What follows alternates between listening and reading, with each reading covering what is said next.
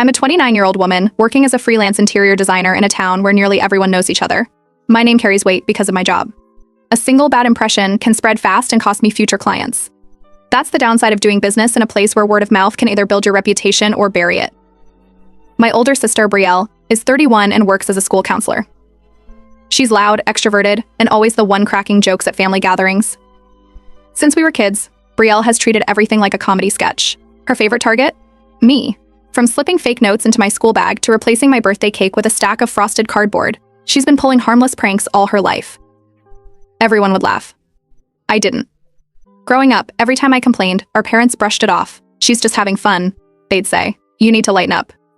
But it was never fun for me. I'm not someone who likes attention. I don't like being embarrassed.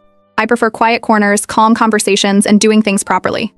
That difference between us only grew with time, but Brielle never outgrew the habit. 3 months ago, I was preparing for the biggest opportunity of my career. A local entrepreneur who owns a chain of co-working spaces had seen one of my previous projects and contacted me to redesign a high-end office he was launching in town. It wasn't just a job, it was an audition.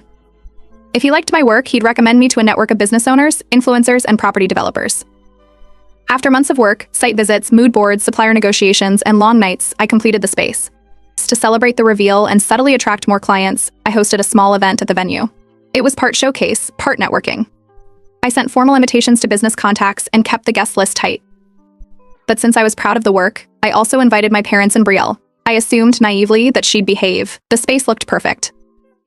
Warm wood tones, layered lighting, acoustic panels, ergonomic furniture. It was all polished. I had 3 presentation boards near the entrance that explained my process, materials, and inspiration. Each board had been reviewed, double-checked, and printed by a professional service. I even rehearsed my walkthrough multiple times. When the event started, things were going smoothly. My client arrived with 2 business partners and seemed genuinely impressed. As I was guiding them through the layout, I noticed a few odd looks when we passed the entrance display. One of the men laughed under his breath. My client's expression was more confused than amused. When I circled back to the boards, I saw it.